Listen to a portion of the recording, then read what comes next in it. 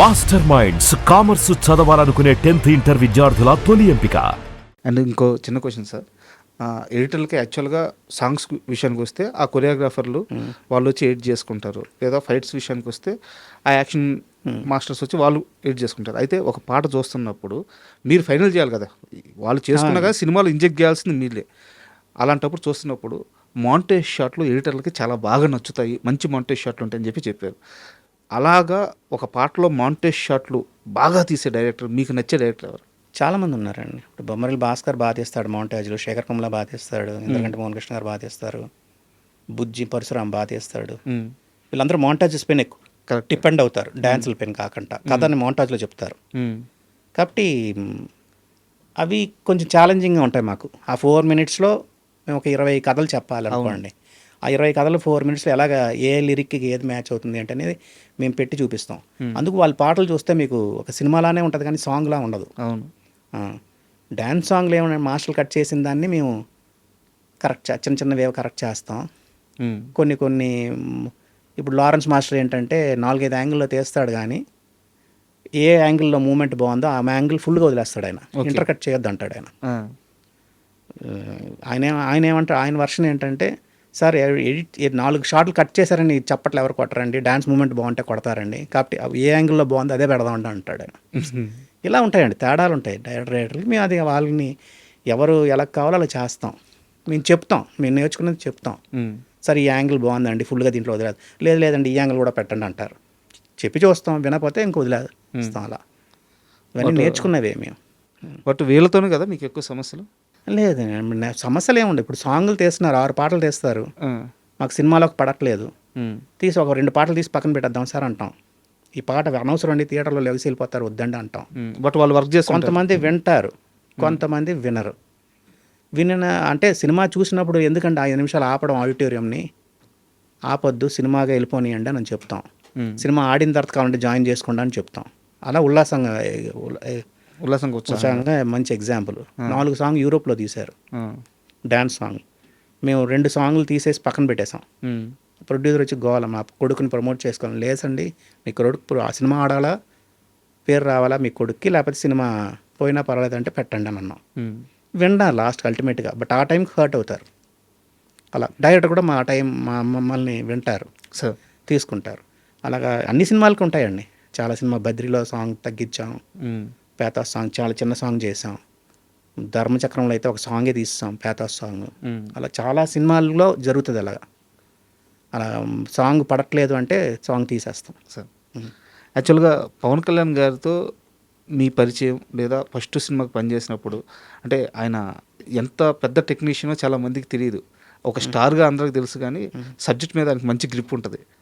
So మీలాంటి talented ఎడిటర్ల దగ్గరికి అలాంటి ఒక హీరో వచ్చి సబ్జెక్టివ్గా మాట్లాడుతున్నప్పుడు మీకు బాగా ముచ్చటగా అనిపించేదా, లేకుంటే ఆ ట్రావెలింగ్ ఎలా తీసుకునేవాళ్ళు మీరు? చాలా క్లోజ్గా ఉండేవారండి ఆయన. 80 రూమ్లో ఆయనే ఉండేవాడు. ఆయన సినిమాల వరకు ఆయనే 80 రూమ్కి వచ్చేవాడు. ఓకే, ఆయనే సాంగ్స్ అన్నీ షూట్ చేసుకునేవాడు, ఆయనే ఫైట్లు అన్నిటికీ ఆయనే కంపోజ్ చేసేవాడు. ఓకే, మాస్టర్లోనే ఎవరున్నా సరే మేజర్గా ఆయనే ఉండేవారు. ఆయన టచ్ ఉండేది. ఆయన ఎలా కావాలనేది మాకు చెప్పేవారు, మేము చేసి పెట్టేవాళ్ళని. ఆయన దగ్గర నేను చాలా నేర్చుకున్నాను ఎడిటింగ్ సైడ్ అయితే. మంచి టెక్నీషియన్ ఆయన, బాగా వింటారు. ఆయన సినిమా వరకే, ఆయన ఇంకొక సినిమా అవన్నీ ఏం పట్టించుకోరు ఆయన అసలు. అన్ని సినిమాలు చేస్తున్న ఏ రోజు నన్ను ఆ సినిమా ఎలా ఉందని అడిగింది లేదు. ఆయన సినిమా వరకు ఆయన చేసుకుండేవారు నీట్గా. ఆయనే పక్కన ఉండేవారు. ఆయనకి ఏం కావాలో చెప్తే మేము ఎడిట్ చేసి చూపించేవాళ్ళని. ఆయనకి నాకు బాగా ట్యూనింగ్ ఉండేది ఆ రోజుల్లో. ఏదైనా చిన్న ఇన్సిడెంట్ మీ ఇద్దరి మధ్య జరిగింది, మీకు పవన్ కళ్యాణ్ గారి మధ్య ఒక క్యూప్ మూమెంట్ కానీ, లేదా ఒక సబ్జెక్ట్ డిస్కషన్లు ఉంటాయండి, ఆ డిస్కషన్ ఏదన్నా ఒకటి షేర్ చేస్తారు? ఇప్పుడు అంటే తమ్ముడు సినిమాకి ట్రావెలింగ్ సోల్జర్ సాంగ్ ఉంది, ఆయన ప్రిపేర్ అయ్యే సాంగ్ ఇంగ్లీష్లో ఉండేది. ప్రొడ్యూసర్ గారి దగ్గర నుంచి, డైరెక్టర్ దగ్గర నుంచి అందరూ గోల, ఈ రోజుల్లో ఇంగ్లీష్ సాంగ్ రావడం ఏంటండి మన తెలుగు సినిమాలో, వద్దండి అన్నారు. నేను కొంచెం చాలా క్లోజ్గా ఉండేవాడిని. సార్ అందరిలాగా అంటున్నారంటే ఆయన ఏం పెద్ద పట్టించుకోలే. 4th టైం 5th టైం అన్నప్పుడు ఆయన అన్నాడు, వెంకటేష్ ఇంగ్లీష్ సాంగ్ అయితే మనకి ఆడుగా ఉండదు, తెలుగు సాంగ్ అయితే ఆడుగా ఉంటుంది, బయలుదేరు వీరుడా అంటే ఎలా ఉంటుంది, అది కాదు, ఇంగ్లీష్లో అయితే మీకు అది బాగుంటుంది, నా మాట వినండి అన్నాడు ఆయన. ఇలాంటివి ఉంటాయండి డిస్కషన్స్. ఇప్పుడు ఖుషీలో ఫస్ట్ సినిమా ఏ మేరా జవాన్ ఫస్ట్ హిందీ సినిమా అంటున్నారు అందరూ, తెలుగు సినిమా హిందీ సినిమా ఏంటి సార్ ఇది అని అన్నారు. ఆయన వినలేదు, వాళ్ళకి తెలియదు, అదే మోడర్న్ అవుద్ది చూడని అన్నాడు. అదే ఆయనకి ఆడిటోరియం పల్స్ బాగా తెలుసు, ఆయనకి అవే ట్రెండ్ సెట్ అయ్యాయి. అలాగా ఉండే అవన్నీ బాగా తీసుకుంటారు, ఆయన బాగా చెప్తారు ఆయన మాకు, ఆయన మేము నేర్చుకున్నది అవన్నీ ఆయన దగ్గర నుంచి. బట్ ఆయన డైరెక్టర్గా తీసిన జానీ మూవీ సార్, చాలామంది అప్పట్లో ఎంత పెద్ద ఎక్స్పెక్టేషన్స్ అంటే మూవీ మీద. బట్ నాకు తెలిసినంత వరకు మీరు ఆ సినిమాకి పనిచేసి ఉండాల్సింది ఎందుకో మిస్ అయింది అని చెప్తారు. మీకు కథ కూడా చెప్పినట్టు గుర్తు. కథ చెప్పారు ఆయన, ఎందుకు మిస్ అయింది అంటే ఆయన్నే అడగాలి ఎందుకు ఈ సినిమా అనేది. కథ చెప్పారు ఆయన, కథ చెప్పని జరిగింది, కొన్ని కారణాల వల్ల ఎందుకో మేము చేయలే. సార్ మీరు మంచిగా సినిమా జడ్జ్ చేస్తారు కాబట్టి మీరు చెప్పండి, ఆ జానీ మూవీ మీకు స్టోరీ చెప్పినప్పుడు మీకు ఎలా అనిపించింది, ఆడద్దు అనిపించింది? నేను చెప్పిన కథ, నేను జానీ అమ్మ నాన్న తమ్ముళ్ళమ్మాయి ఒకసారి రిలీజ్ అయిందండి సార్. నాకు తెలిసి అమ్మ నాన్న తమ్ముళ్ళ జానీ ఒకసారి రిలీజ్ అయ్యాయి. ఓకే. ఆ సినిమాకి ఆయన ఎక్కడో ఆయన చెప్పిన కథని తీయలేదు ఆయన. ఓకే. ఆయన మాకు చెప్పినప్పుడు కథ జానీ కథ అంటే నేను చెప్పొచ్చో చెప్పకూడదు నాకు తెలియదు. ఆయన అనుకున్న కథ రాలేదన్నది, ఆయన చెప్పిన నెరేషను ఆయన వేరే సినిమాగా వచ్చిందనేది నేను అనుకుంటున్నాను. నాకు చెప్పిన కథ అయితే అదే. ఇంకా కథలో కూడా మార్పులు వచ్చినాయి, బాగా మార్పులు వచ్చినాయి. ఓకే. తల్లి పైన కథ అది నేను విన్నప్పుడు. ఓకే. అది తల్లి క్యారెక్టరే లేదు, మరి ఎందుకు మేబీ అంతే, అదే వాళ్ళు కూర్చొని చేసుంటారు. నేను ఎగ్జైట్ అయినా, పెద్ద సినిమా అవుద్ది అనుకున్నా, జానీ హిట్ అయిన పెద్ద లెవెల్ ఆడద్దు అనుకున్నాను. బట్ అది అంటే నేను చేయలేదు కాబట్టి ఆ సినిమా గురించి నేను మాట్లాడడం కూడా కరెక్ట్ కాదులేండి సార్. దానికి ఏవో కారణాలు ఉండుంటాయి వాళ్ళకి. అయితే పవన్ కళ్యాణ్ గారి అంటే పక్క మనిషిని గమనించడం, అతని అవసరాన్ని గుర్తించడం, ఆ వ్యక్తిత్వం ఎలా ఉండేది సార్? అయ్యో చాలా మంచి హెల్ప్ఫుల్ నేచర్ అండి. కొంచెం ఎప్పుడైనా నేను డల్గా ఉన్నాను అనుకోండి, ఏంటి వెంకటేష్ ఏంటి ప్రాబ్లంలా అని అడిగేవాడు, వచ్చి ఏమైనా డబ్బులు కావాలా అని అడిగేవారు. అవునా? అవన్నీ మన అసిస్టెంట్లకు కానీ అందరితో క్లోజ్గా ఉంటారు ఆయన. ఎవరైనా డల్గా ఉన్నారంటే వీళ్ళు మాట్లాడతాడు, ఎందుకు ఏంటి ఏదైనా కావాలి, ఏదైనా హెల్ప్ కావాలా ఇలాంటివన్నీ అడుగుతారు ఆయన.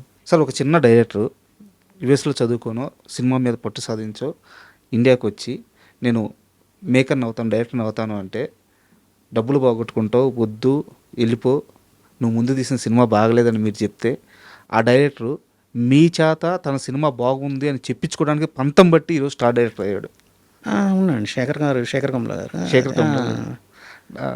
ఫస్ట్ సినిమా డాలర్ డ్రీమ్స్ తీశారు. ఆయన బాగా చదువుకొని అక్కడ ఉన్నారు కదా సార్, ఎందుకు సార్ ఈ ఫీల్డ్ మంచిది కాదని మేము చెప్పాం. అంత రిస్క్ ఎక్కువ సార్ ఇక్కడ, డబ్బు చిన్న సినిమాలు మీరు ప్రమోట్ చేయడం కష్టం అని చెప్పాం. దానికి నేషనల్ అవార్డు వచ్చింది, బట్ నాకు సినిమా నచ్చలేదు కానీ నేషనల్ అవార్డు వచ్చింది దానికి, డాలర్ డ్రీమ్స్కి. లేదు అని చెప్పి ఆనంద్ సినిమా ఇచ్చాడు ఆయన. ఇంకా రాడనుకున్నాను ఆయన మళ్ళీ ఆనంద్ సినిమా నేను తీస్తున్నాను, నీతోటే బాగుందని చెప్పుకుంటే అందరికి సినిమాలు తీస్తాను అన్నాడు ఆయన. అలా ఉంటారండి కొంతమంది, పాజిటివ్గా తీసుకుంటారు దాన్ని. అప్పట్లో ఆ స్టేట్మెంట్ అంటే మార్తాండ్ కే వెంకటేష్ గారికి సినిమా నచ్చేంత తీగలితే మంచి డైరెక్టర్ అనిపించుకుంటాను ఇండస్ట్రీ అని ఆయన చాలా గట్టిగా నమ్మారంట. ఎందుకంటే మీ టేస్ట్ మీద నమ్మకం. అది నాకు తెలియదు, చాలా క్లోజ్గా ఉండేవారు ఆయన సార్. అండ్ రీసెంట్గా ఒక 1 వీక్ బ్యాక్ అనీష్ గారు వచ్చారు, వారు పక్కన ఉండే ఆయన చెప్పారు ఈ డాలర్ స్ట్రీమ్కి సంబంధించిన అవార్డు రావడం వల్ల కొంత అమౌంట్ వచ్చిందంట. కొంత అమౌంట్ రావడం వల్ల ఆనంద్ దిగితే మళ్ళీ మొదటి ఎడిటర్ అనగా ఫస్ట్ మళ్ళీ మీ పేరే చెప్పారంట.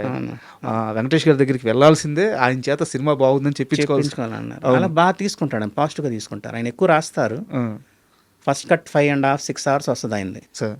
దాన్ని మేము తగ్గించి 2 hours 2.5 hours 3 hours చేస్తే ఆయన ఏం అనడు. ఎందుకు తీస్తామని అడుగుతాడు, ఏదైనా మరీ పోయింది ఉంటే అడుగుతాడు, తీస్తాం ఇది ఉంటే బాగుంటుంది. లేదు సార్ అది చెప్పిందే చెప్తున్నాం, మేము ప్రాపర్ ఎక్స్ప్లెనేషన్ ఇచ్చామంటే ఓకే అంటాడు ఆయన. డీటెయిలింగ్ చాలా ఎక్కువ ఉంటుంది కదా, చాలా డీటెయిలింగ్, బాగా నీట్గా తీస్తారు ఆయన. And for more videos, please subscribe to iDream. Please subscribe to iDream. Please subscribe iDream. And please subscribe to iDream. For more videos, subscribe to iDream. please like, share and subscribe to the channel. Congratulations, iDream. Subscribe to iDream. Subscribe to iDream. So subscribe to iDream Media. iDream ki iDream team andarki huge congratulations. Please subscribe iDream Media. Please subscribe to iDream. Subscribe iDream. Please subscribe to iDream. iDream అంటే నా కళల channel subscribe చేసుకున్నారు, నోరు తిరుగుతలేదు, మీరైతే గంట గుర్తు కొట్టండి. For more such videos, please subscribe to iDream. Subscribe to iDream. Please subscribe to iDream. Please subscribe iDream Media. Please do subscribe to iDream. Please subscribe to iDream Media. For best entertainment and information, please subscribe iDream. And don't forget to subscribe to iDream.